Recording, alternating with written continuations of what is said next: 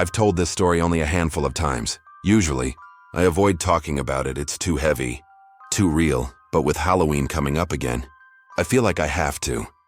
If you're planning to go out to a party this year, especially one that doesn't feel quite right, maybe this story will make you think twice. This isn't a campfire tale or an internet rumor. It happened to me, and it changed the way I look at every crowded room, every loud laugh, every moment that's supposed to be fun. I hadn't even wanted to go. My friends, Marcus and Lila, had been hyping up this Halloween comedy show/costume party all week. It was on Chicago's West Side, in this rented warehouse that doubled as a local art space. Something about it gave me a bad feeling from the start. The flyer looked a little too thrown together, the location seemed sketchy, and the idea of a late-night warehouse party just didn't sit right. I told them no at least twice, but Marcus said, "Come on, Letty, we'll only stay an hour. You need to get out." So I caved. I put on a costume, grabbed my bag, and told myself I was being paranoid. The place wasn't huge, but it was packed, maybe 70, 80 people. Strings of orange lights, fake cobwebs, a DJ playing old-school tracks between the comedy sets. The crowd was a mix of friends, regulars, and randoms who saw the event online. At first it was fun. I laughed, I drank, I danced a little. The tension I'd felt started to fade away. That's when I noticed him, a tall, middle-aged man bumping through the crowd near the bar. He seemed off. Not drunk exactly, just restless. He brushed against a girl's shoulder and didn't even apologize. Knocked someone's drink over and glared instead of saying sorry. A few people complained, and within a few minutes, security came over. They escorted him out quietly through the side door. Someone near me joked, "He'll sleep it off and be fine." I didn't think much of it then. The DJ switched tracks. The lights pulsed. Laughter picked up again. Everything felt normal. When the first pop echoed through the building, I honestly thought it was part of the music, maybe a sound effect. Then came another, and another. Screams tore through the laughter. People ducked, dropped their drinks, ran for cover. I hit the floor and pressed my palms over my ears. The sound of bullets was so sharp it felt like the air itself was splitting open. He'd come back, the man they kicked out, and this time he had a gun. I remember crawling behind a metal table, feeling the ground shake from everyone's movement. Someone fell right beside me. I don't even know if they were hit or just tripped in the chaos. I could smell gunpowder, hear people sobbing, praying. The gunfire went on for what felt like forever, then stopped as suddenly as it started. When the police arrived, everything was broken. Glass, bottles, furniture. 15 people were shot that night. Most of them were part of the younger crowd, the kind that fills up any 21 and over event in the city. Students, creatives, people just trying to have fun. By some miracle, no one died. But that's not the same as everyone living. Some were hit in the legs and hips. Others were grazed or injured in the stampede that followed. The shooter, I'll call him Derek Hale here, was caught a few blocks away. He still had the handgun on him. Later I learned he was a convicted felon who never should have had a weapon in the first place. He'd been thrown out after causing trouble, and in his anger, he came back to settle it with bullets. He was charged with 15 counts of attempted first-degree murder, 15 counts of aggravated battery with a firearm, and multiple weapons violations. The police said witnesses helped track him down. Some people recognized him from earlier in the night, and that's what led to his arrest. I remember watching the news a few days later, CNN running the footage. The headlines reading about 15 people wounded at a Halloween party on the West Side. That's when it hit me how close I'd come to becoming one of those numbers scrolling across the screen. It's been months, but I still hear the echoes sometimes. The sudden silence after the chaos. The ringing in my ears that lasted all night. When I think about parties now, I hesitate. I think about how it only takes one angry person, one bad decision, to destroy dozens of lives in seconds.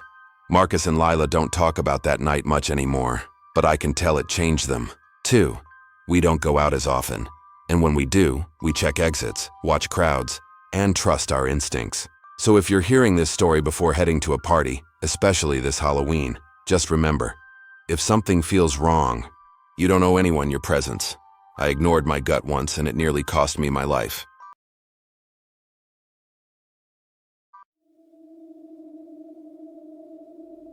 Halloween nights at the shop were always my favourite, On Halloween, the whole cafe felt alive.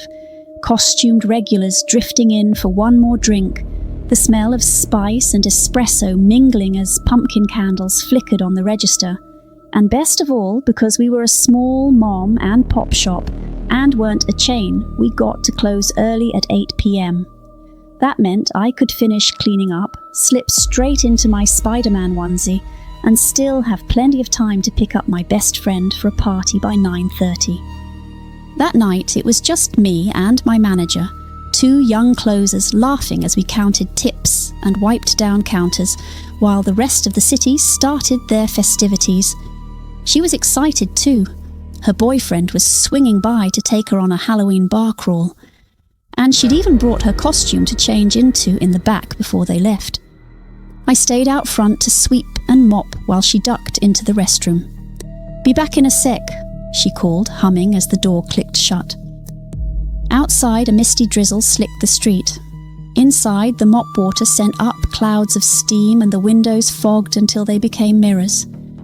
All I could see was my own reflection, my breath, and the dim glow of the espresso machine. Then, with a quiet snap, the lights went out. I froze, mop in hand.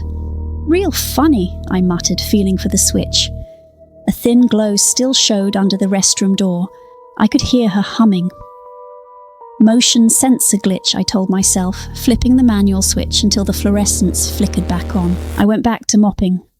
30 seconds later, darkness again. My stomach dropped.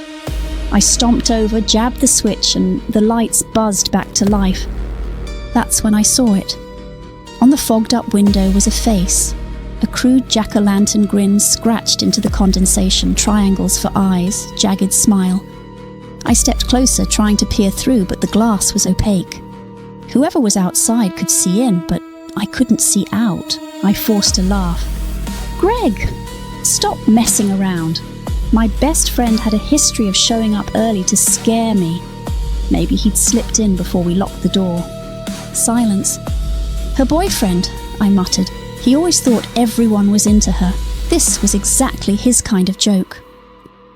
I turned toward the restroom to warn her, but as my eyes flicked back to the door, the red locked sign glared at me. We had locked up, and the drawing on the glass had been done from the inside. My heart crawled into my throat. All at once, every light in the place went dead. Front, back, even the espresso machine. A scream ripped from the restroom. "Oh, Tommy! What the hell?" "I didn't do anything," I yelled back. "I think your boyfriend's here." My voice cracked. "Come on out before someone gets hurt. Mop bucket in the dark." My foot hit a slick patch. I dropped to one knee. The mop clattered. In the pitch black, something moved, just enough of a shadow to tell me we weren't alone. "Tommy, turn the lights back on," she shouted. I crouched lower, sliding behind the counter, straining to see. The air felt thicker, like the steam from the mop water had turned solid. A thin beam cut through the darkness, her phone flashlight. I'd left mine charging in the back. She swept the beam across the room, babbling about the fuse box. Something shifted in the far corner. "Move the light back," I hissed, but she didn't hear me. For a heartbeat, the beam landed on it. A tall, spindly silhouette, head cocked. Nothing but black except for two burning orange-yellow eyes and a grin of the same glow, like fire carved into a pumpkin. I sucked in a gasp. "Look out!" She turned, too late. Her phone slipped from her hand and clattered to the floor, its light landing face up. The glow cast upward, turning the room into a campfire horror story. In that flickering light, I saw her kneeling on the tile, completely still. The fallen phone lit her from below like a bad photograph. She knelt on the floor without moving, faint curls of smoke lifting from her clothing. Streaks of something dark marred her front and pooled under her hands. Where her eyes should have been were twin triangular pits, rimmed in burned skin, like the hollow eyes of a jack-o'-lantern cut into flesh. And from cheek to cheek, burned deep but bloodless, ran the same crooked smile I'd seen, etched in the fogged glass. A grin that didn't belong to her at all.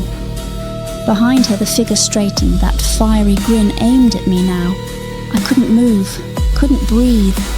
The front windows blazed white as a truck screeched up, her boyfriend's oversized pickup with the blinding aftermarket headlights. The beams poured through the glass, washing over everything. For the first time, I saw the figure clearly, still tall, still grinning, but its edges wavered like smoke.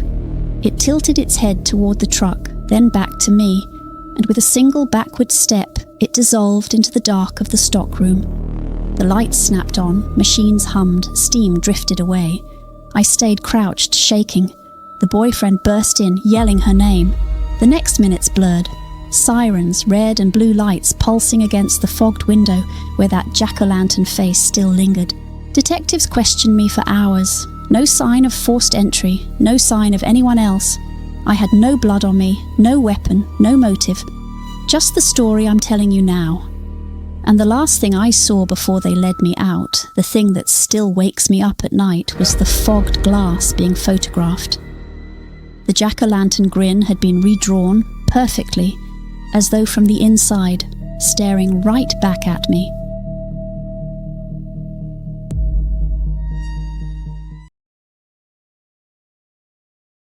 I'd always wanted to spend Halloween in Tokyo. The costumes, the lights, the energy, everything I'd seen online made it look like a surreal blend of chaos and joy. I'd been planning this trip with my friends for almost a year. There were 4 of us, me, Jake, Ryan, and Evan, all Americans, fresh out of college and desperate for something wild before we had to get serious about life. We arrived a week before Halloween, and Tokyo didn't disappoint. The streets were alive. Giant LED billboards, people dressed as everything from anime characters to Disney villains, the scent of yakitori and sweet crepes filling the air. It felt like the entire city was performing. That night, Halloween night, we decided to head towards Shinjuku for one of the big street parties. We'd pre-gamed at the Airbnb, took photos in our half-baked costumes, and caught the Keio Line from Chofu around 7:30 p.m. I remember thinking how perfect the moment felt. I was dressed as a vampire, cheap fangs, fake blood, cape from Don Quixote, and we were laughing, surrounded by locals in incredible cosplay. There was a guy dressed like Freddy Krueger, another in a perfect ghost face mask, and a group of girls as Sailor Scouts. Everyone was in good spirits until he got on the train. He boarded at the next stop, a tall guy in a purple suit, green vest, and brightly painted face. It was a great Joker costume, I thought at first, but something about him felt off. He didn't smile, didn't laugh. He just stood near the doors, gloved hands hanging loosely at his sides, eyes flicking around the car. Jake nudged me and whispered, "That's legit makeup, huh?" I nodded. Yeah, man went all in. He was holding something wrapped in newspaper, long and cylindrical. At first I thought it was an umbrella. Tokyo had been misty that evening after all. But then he shifted it, slowly, and I saw a glint of metal through a tear in the paper. The train lurched forward again. I remember the way my reflection flickered across the darkened windows as we entered a tunnel. Everyone swayed together with the motion of the car. And then, chaos. A woman screamed first. The sound was sharp and high, like the air had been ripped open. Then came the shouting, Japanese, frantic, and the dull thud of something hitting flesh. The Joker had lunged forward, the knife flashing under the harsh fluorescent light. I saw a man stumble back, clutching his chest, blood blooming through his shirt like ink in water. For half a second, I froze. My brain refused to process what was happening. Then the smell hit, metallic, hot, unmistakable, and instinct took over. "Run!" Someone yelled in English. The car erupted into panic. People shoved past each other, pressing against the doors. The attacker moved down the aisle, calm, methodical. He didn't rush. He walked, dragging the blade along the wall as he went. It screeched against the metal paneling. I grabbed Jake's arm and pulled him toward the next car. The door wouldn't open. Someone was crying behind us, saying something about smoke. That's when I saw it. The man had something else in his hand now, a plastic bottle. He flicked open a lighter. It took a second for my brain to understand. He wasn't just stabbing, he was setting the train on fire. The liquid hit the floor in wide splashes, and the flames caught instantly, running along the plastic seats like fuses. Orange light filled the car, reflecting off the windows. The air thickened, heavy with smoke and panic. "Break the window!" Someone shouted. A guy in a skeleton costume started kicking at the glass. I don't know how long it took, but the train finally screeched to an emergency stop near Kokurio Station. The doors jammed and people began climbing out the windows. I helped pull a girl through one of them. She was sobbing, her witch hat half melted from the heat. Outside, the platform was chaos. Dozens of people running. Some falling, some still dressed in their party costumes, all screaming. I looked back once and saw the Joker sitting calmly on one of the seats, surrounded by smoke and flame. His head was tilted like he was watching a movie only he could enjoy. The firelight danced across his painted face. That image, him sitting there smiling faintly while everything burned, is burned into my memory. We ran until we reached the street outside the station. Sirens were already closing in. Fire trucks, ambulances, police. It was like the whole city woke up at once. I remember standing there on the curb, bent over, coughing, with soot on my hands. Jake threw up into a drain. Evan was shaking so badly he dropped his phone twice trying to call someone. People were crying, hugging strangers. And over all of it, the Halloween lights of Tokyo still blinked. Neon pumpkins, cartoon ghosts, Happy Halloween banners flapping in the night breeze, like the city didn't realize what had just happened. Later, at the Airbnb, we sat in silence watching the news. The story spread fast. A 24-year-old man in a Joker costume arrested for attempted murder on the Keio Line. Multiple injuries, one man in critical condition. They said he'd told police he wanted to kill people and be given the death penalty. Japan, the country I'd always thought of as one of the safest in the world. I'd read somewhere that it was illegal to even carry a pocket knife there. I'd joked about how polite everyone was, how the trains ran on time, how safe I felt walking alone at night. That night proved how fragile that sense of safety really is. I think about it sometimes. How close we were. How a few seconds, a few steps could have changed everything. When people back home ask what Tokyo was like on Halloween, I never know what to say. I could tell them about the costumes, the lights, the laughter before it all happened. But the image that always comes first is fire. The reflection of orange flames in the train windows, and the painted grin of the man who started them. And the way the night kept pretending to be festive, long after the screams had stopped.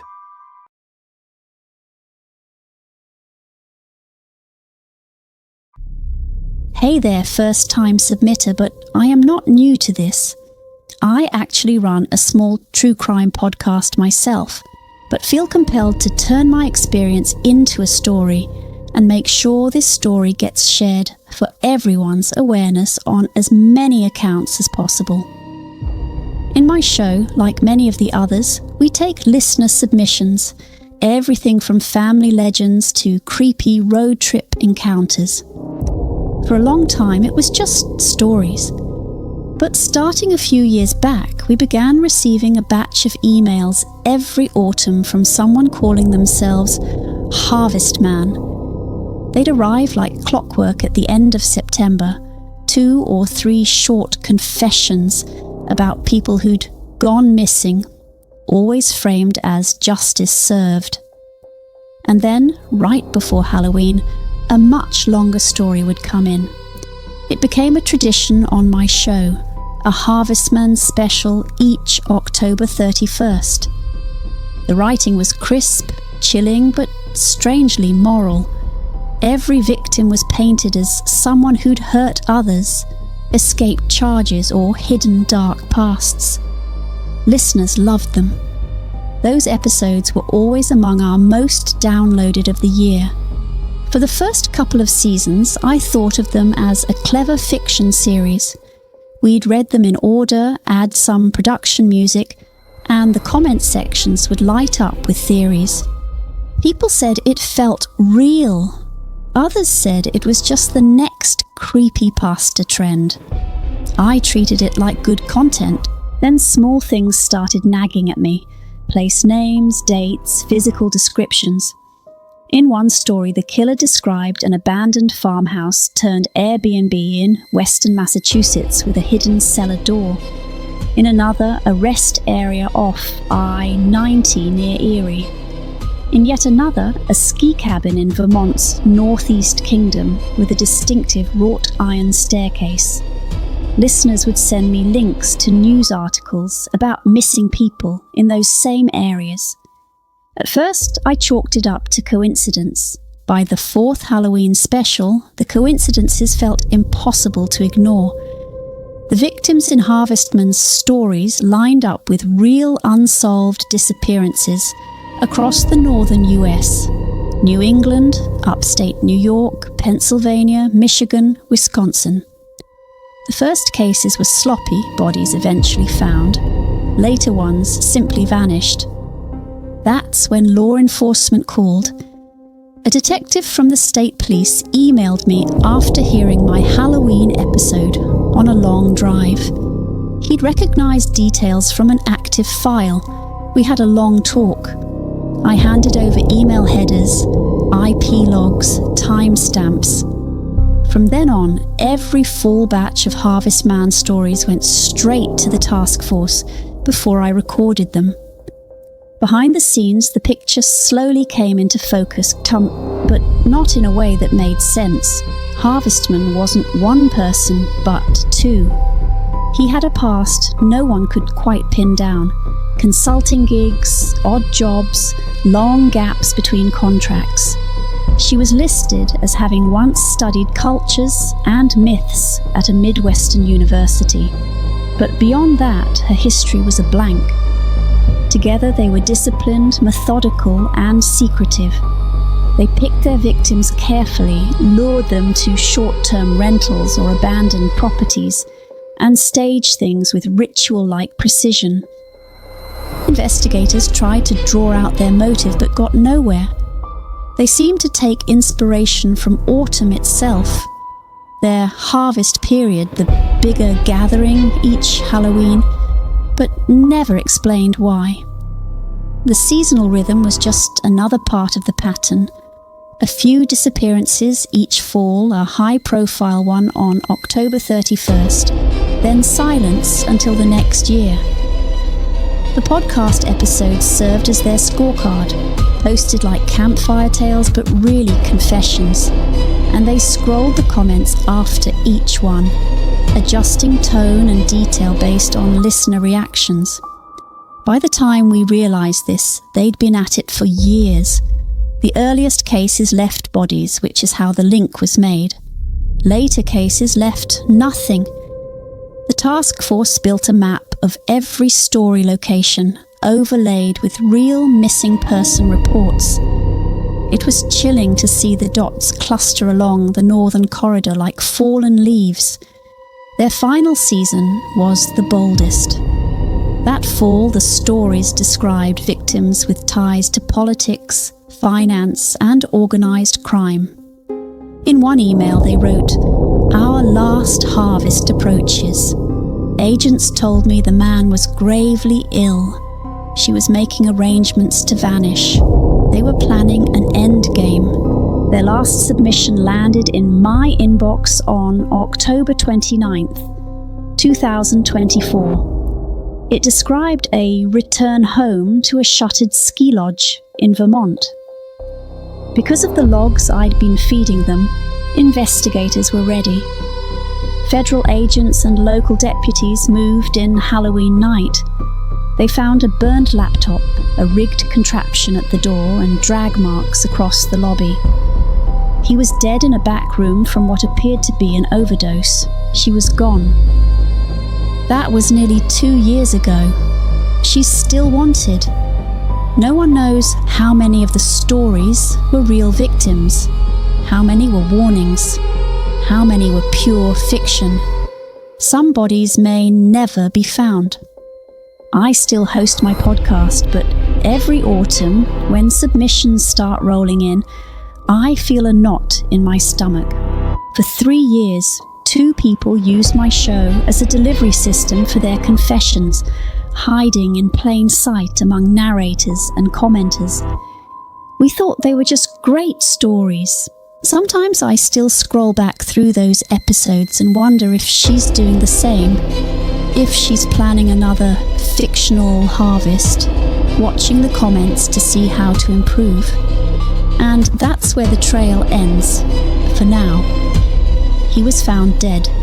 She vanished into thin air. No one knows how many of the stories were real victims, how many were warnings, how many were pure fiction. Some bodies may never be found. For me, the Harvestman submissions changed the way I think about running a podcast.